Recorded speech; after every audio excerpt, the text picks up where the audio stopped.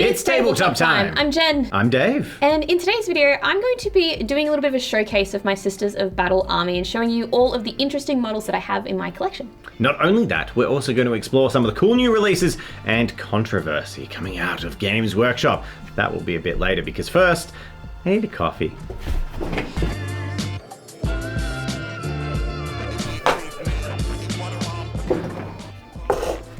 We're addicts. So I kind of want to give a little bit of a history and reasons into why I started collecting Sisters of Battle and show you, Dave, you've already seen it a few times, but show you guys too the massive collection I've had over the past, I think 3 or 4 years of collecting Sisters of Battle. Oh, it's longer than that. Yeah, it probably has been. So let's start with origins, like when I decided to even start getting into Warhammer 40k, and you were actually the person that got me into Warhammer for the first time. I remember us sitting down in front of a computer and you were like, I'm into this really nerdy thing, it's called Warhammer, you might not like it, but I was super interested. I was like, let's do it sounds really cool. And so one of the first armies that I saw was Sisters of Battle. But they still had that old John Blanche aesthetic, which I still find really cool, but I really wanted to see them modernized into a more, well, modern look. But before they released anything in plastic, they released a Gathering Storm 2, I believe, and it had Saint Celestine with her 2 little other sisters, and it came with a couple of other miniatures as well. Greyfax? Yes, it was Archimagos, Belisarius Call, Inquisitor Greyfax, Celestine, and her 2 Gemini Superior. Yeah, see, you're really good with names. Yeah. But yes, as soon as I saw Saint Celestine, I thought she was really, really cool.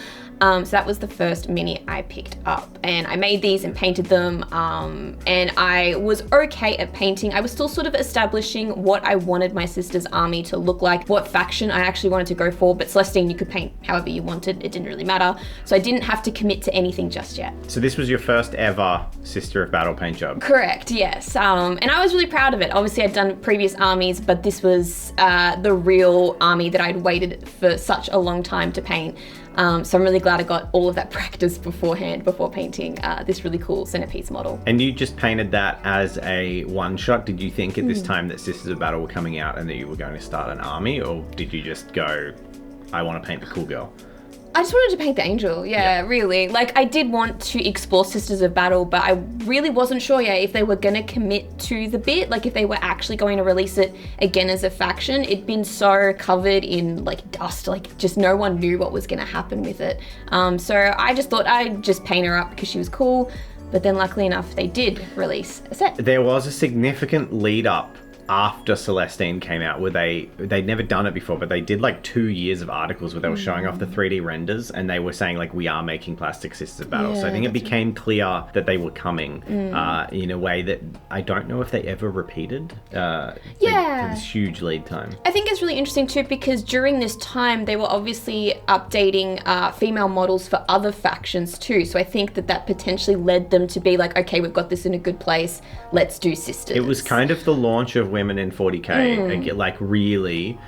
Before that box had Celestine and Greyfax, and before them, they were very few and far between in Warhammer 40k. And then that sort of launched women being more present in like Imperial Guard, in like special characters. So that really kicked it off. Yeah, which is really, really cool to see. So yes, they did release Sisters into a big collector's box, and as soon as I saw this was available, I grabbed it straight away. It came with a bunch of Battle Sisters. It came with the Codex as well, a special limited edition cover, which I still have, which is really, really pretty. And it came with a bunch of other minis as well. I can't remember off the top of my head. But it was actually the core base structure of a combat patrol without combat patrol being released yet. Aside from a rhino, it was the one thing that it didn't include. So I had everything I needed to start playing Sisters of Battle, which was really cool. And even today, I can still play a combat patrol that is legal, which is really, really cool. So when it came to painting them all up, I needed to decide what faction I wanted to start collecting. And the sisters are always shown as our martyred lady. And when I got this codex, I had a really good look through it and decided decided what I liked and didn't like. And at the end of the day, I kind of just went, I actually just really like the stock standard paint scheme. I think sometimes when you come up with your own paint scheme, it can look a bit funny. So I'd done that so many times that I wanted to just paint something straight from the box that looked like the box, if that makes sense.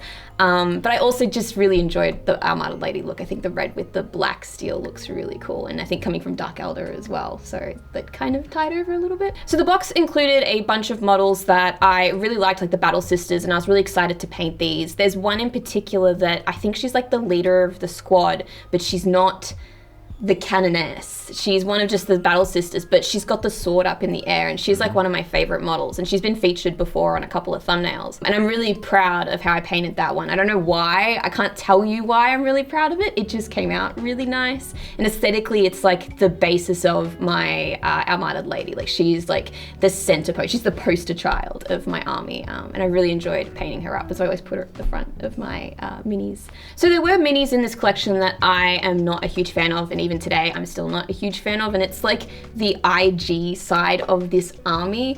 It's the Acroflagellants and the Repenter Sisters. Let's be honest, it's the BDSM aspect of the army, because they have cool girls in battle armor, and then they also have like tortured penitents in weird leather and I think, I don't know why I find this such a big deal, but the fact that the penitent engine has a dude in it that's being like tortured for some reason is just a bit weird. Well, that's the whole point of it, right? They are like a weird torture device. It doesn't have to be a dude, like, I don't know. Would you rather it be a girl? I don't know what. I prefer it be like a demon or something, would be way cooler. There are demon hosts, that was the thing. I suppose, yeah.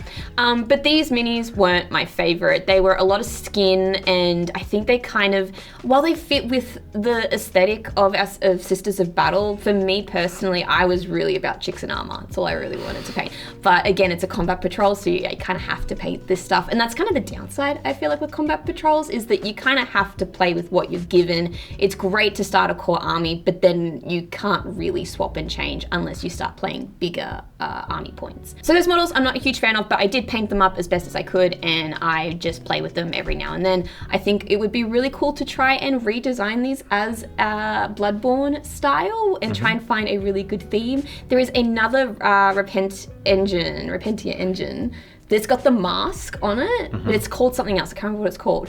But I think that fits. It's like a sarcophagus. Yeah, I think that fits way more to like a Bloodborne theme. So I think that'd be really cool to make some miniatures that I actually care about a bit more than these ones. So that was all in the background, though. That was pre-YouTube. You didn't really do any of that on YouTube. No. But what got you to start building your army on the channel? So I guess one of the major projects that we did was the Sisters Night. And this is something I wanted to do for a while. Bring it from beneath the table. We have a box of Jen's minis under the table. I'm so worried. You worried? What are you worried about? Don't bump it. Don't bump it! If you don't... No! Jen, you broke the knight that you spent so long working on. Tell us about this knight before it was tarnished. This was my night. It's in the bin now. This is the night that I made for my Sisters of Battle army.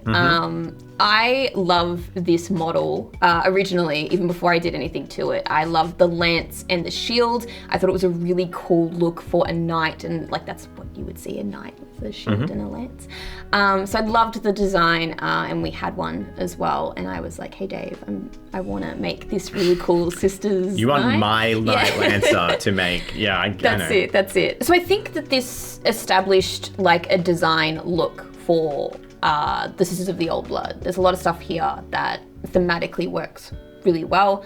I think it's very gothic as well, and there was just lots of stuff that I did on this that I was like, I kind of want to explore this more. I need this to fit in with an army, and it wasn't that I need to change what I'd already done, it's more I needed to start creating new stuff that I thought fit well with it. So yeah, I decided to create my own sect that came from Armada Lady. They're like this sort of cultish, I suppose, region. There's a whole lot of lore on them, and to give you the TLDR, basically they're kind of like cannibals a little bit, which is very creepy. It's kind of straying into heretics territory, but I feel like sometimes when it comes to 40k, it's like if you truly believe something, is it really heresy?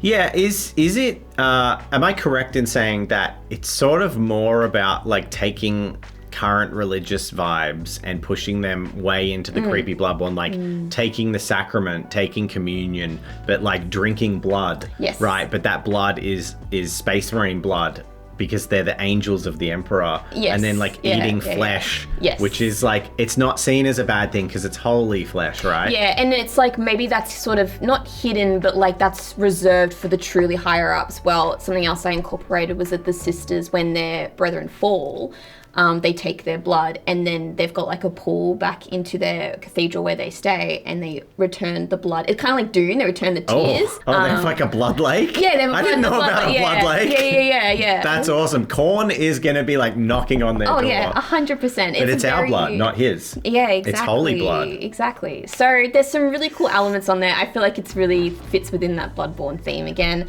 And it's been really fun to try and make up some of this lore too, because I really love that balance of like, it's a bit dark, it's very dark, but I also think that it doesn't stray too far from the purity that is Sisters of Battle. So something I will talk about really quickly is the bases that I got for all of my minis. So I ordered these online. I didn't want to do something kind of stock standard. I wanted something a little bit different, and doing the massive cathedral board that we did really inspired me. They're just cathedral bases. Each one of them is different. I have a bunch of sizes as well, but they've got little temple stones and stuff on them. And I also threw some red flowers on there to look like roses, which I thought was really cool. So I'm really happy with these, and they're super easy to use. Like, they're just so quick to paint up. So that's really cool and themey. So as we said before, there is a box underneath this table and it has some special models that I really want to share with you guys. I'll get out of your way. So one of the first models I painted was Saint Celestine, and this is actually my second go of painting her. The original was cool and all, but there's a bunch of changes I wanted to make. And with this model in particular, there was a lot of new techniques that I decided to use that I'd never done before. I cast the little iron balls that are on her feet for the very first time. I kit bashed the wings from an Age of Sigmar model, and I even used an airbrush for the very first time. So there's a lot of really important and special memories in this one little mini, and I think it turned out really cool. So cool, in fact, I actually made a huge centerpiece for her. This is the first ever diorama I have made, and it's made from corkboard and a bunch of other materials that I've never used before, and I'm really impressed with how it turned out. I really wanted to create a piece that showcased the army and even had spaces for some of those special Sisters of Battle models, including Greyfax, who's back in the corner here. In a way, I kind of see this as a armies on parade display, which is something I've wanted to enter before but never really had the opportunity and felt like I needed to start somewhere. So again, I'm really impressed with what I did and how much effort I put into this, and it's really cool to see this in my little display case with my sister's army. I'd love to make something a bit bigger that actually has my whole army on it, because I think that would be really cool. So after establishing how my Sisters of Battle army was looking, I decided to start experimenting with a different theme. Something that I was really inspired by was the Sisters of Battle Sacrosancts. Their aesthetic and the way they looked reminded me of the video game Bloodborne. Has this Victorian medieval style that I thought was really cool and blended really well with how the Sisters of Battle look. As I mentioned before, my knight has a couple of design aesthetics that I wanted to carry through with this theme. So marrying the two together, I came up with the Paragon war suits. As you can see, there are a couple of elements here that I've added that are similar to the knight. The candles, for example, are something that I tried to keep throughout my army as a theme, as well as adding in capes too, which I think are very Bloodborne.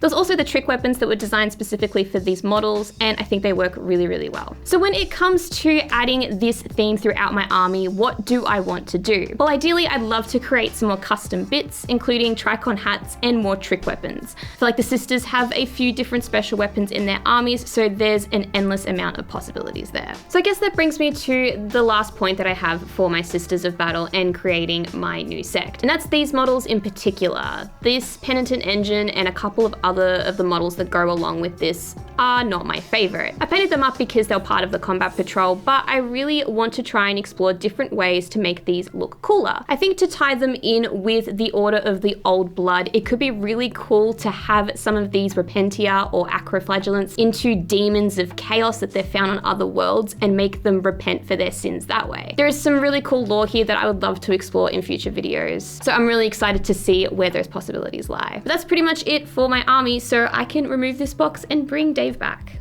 Well, I'm excited to see what you do next with your Sisters of Battle, Jen. It's always fun to see the weird Bloodborne-y, candly, dark stuff that you come up with. But Other people have been coming up with dark stuff, and those people are Games Workshop themselves. Yes, we've just seen the preview of the Dark Oath, which are a Slaves to Darkness faction for Warhammer Age of Sigmar, and they've been sort of slowly increasing in the setting for a long time through Warhammer Underworlds warbands, Warcry warbands, but they really draw their roots back to Chaos Marauders. So when I saw this box, I thought it said like Dark Oath or something really weird. I didn't realize it said Dark Oath. Yep. The font is weird on the box, and our editor said it looked like Dark Koala, and it was kind of amusing. I think these are really cool. They've done a great job embodying a whole different facet of Chaos. We're so used to seeing like everyone have resplendent armor or super evil armor, but either way, they all look rich and powerful. This is a great way to look at just like what regular peasants with really high protein diets and good gym routines look like on the battlefield, because they definitely all look pretty well for being, you know. They're very Conan O'Brien, like Yes. O'Brien. Very Conan O'Brien. That's a professional! And they're 100% Conan O'Brien.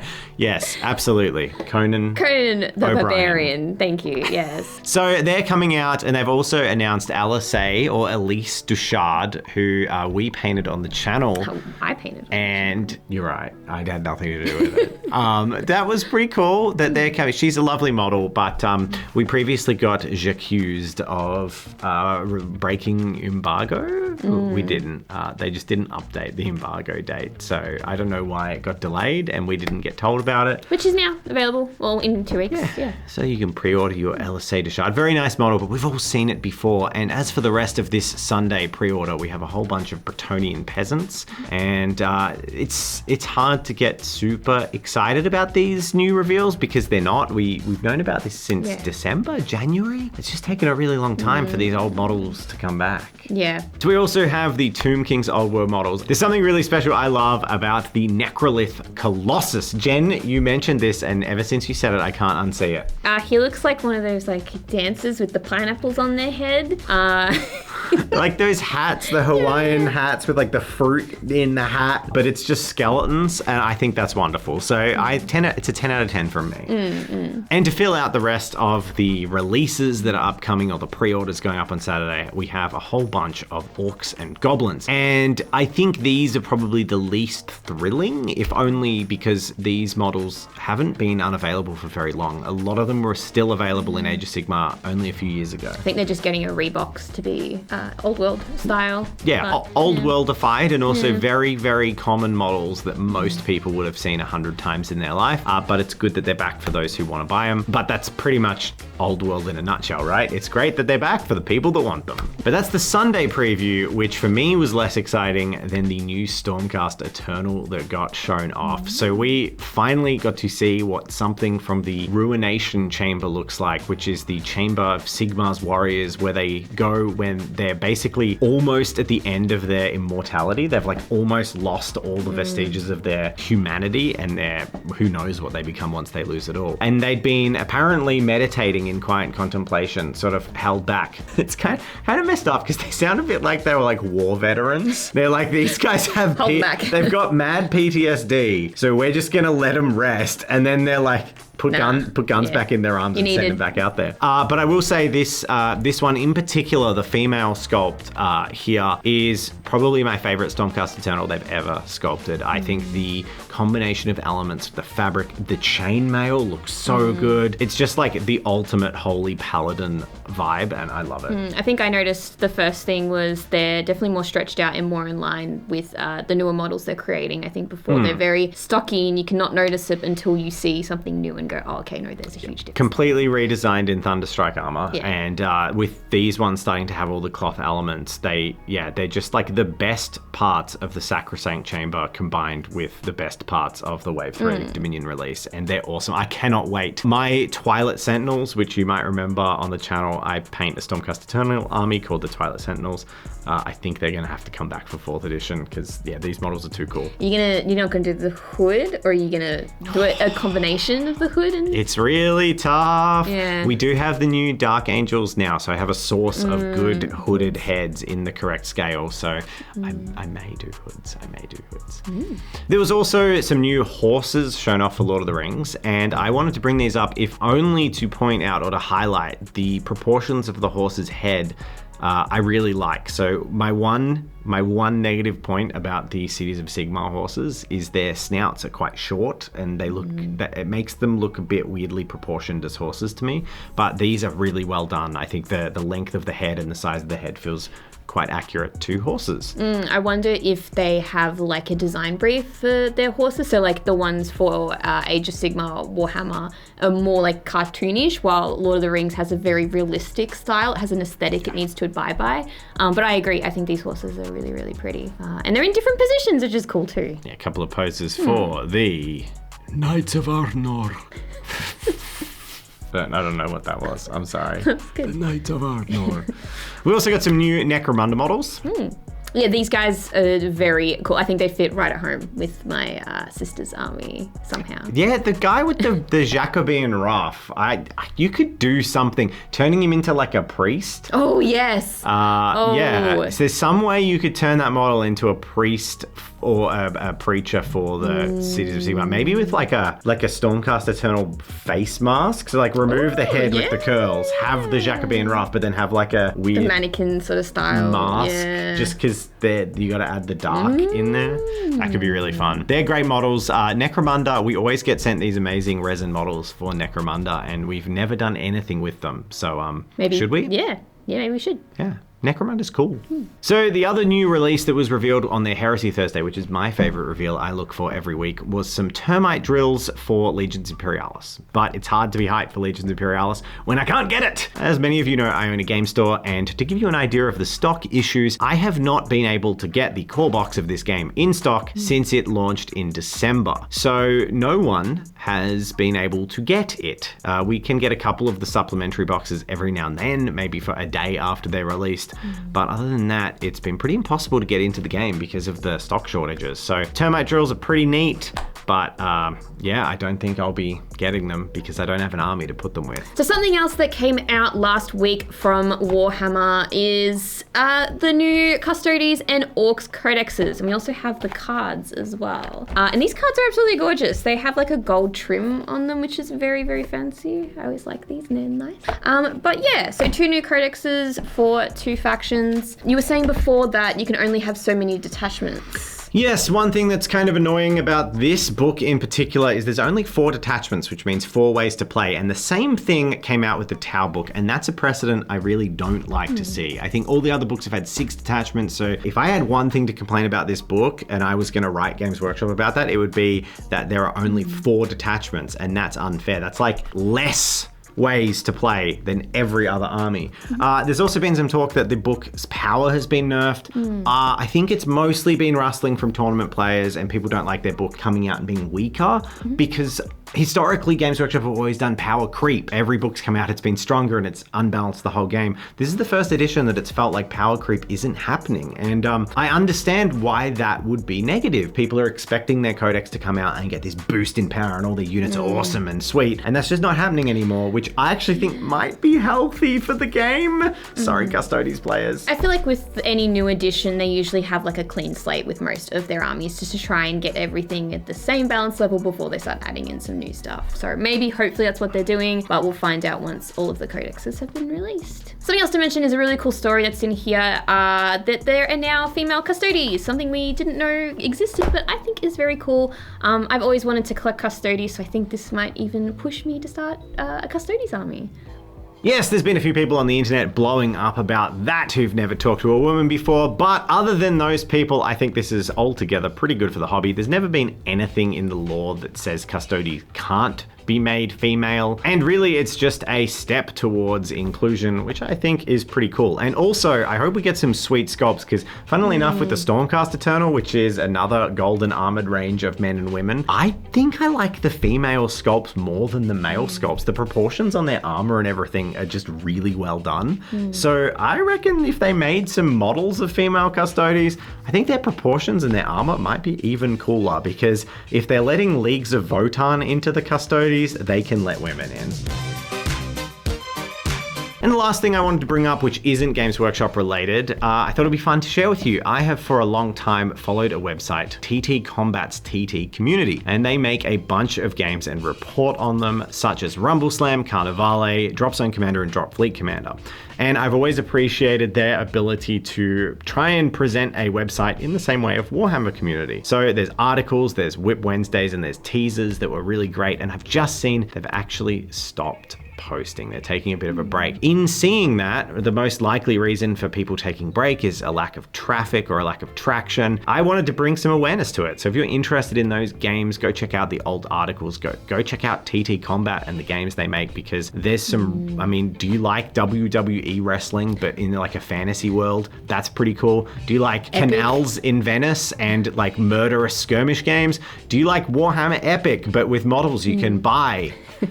And starter boxes that are in stock? Do you like Space Fleet combat games like, Battlefleet Gothic, but are in production and really cool with good factions? Check out those games, check out TT Combat. I think it's really sad they've stopped reporting and they've stopped doing that. And I also once had an article published on their website, a lore article for their game. So that was really cool. That was many years ago. That's pretty much it from us this week. We hope you enjoyed our show in this format. A huge thank you to all of our Patreons over on Patreon. It's with your support we can make awesome videos. And if you'd like to support us, all of the links are down in the description below. Yeah, let us know what you're thinking about this format. If there's anything you'd like us to change, if there's anything you'd like us to do, coverage you'd like less of or more of, we'd love to take on your feedback while we're still developing our midweek show and utilize it and put it into action. But tune in next week where I think Murray is showing off his Steel Legion army. Yes, it's time to see those Steel Legion tanks. I think he's got about a dozen of them sitting in boxes. It's going to be great. See you next week. Well, wait, yeah. See you next week.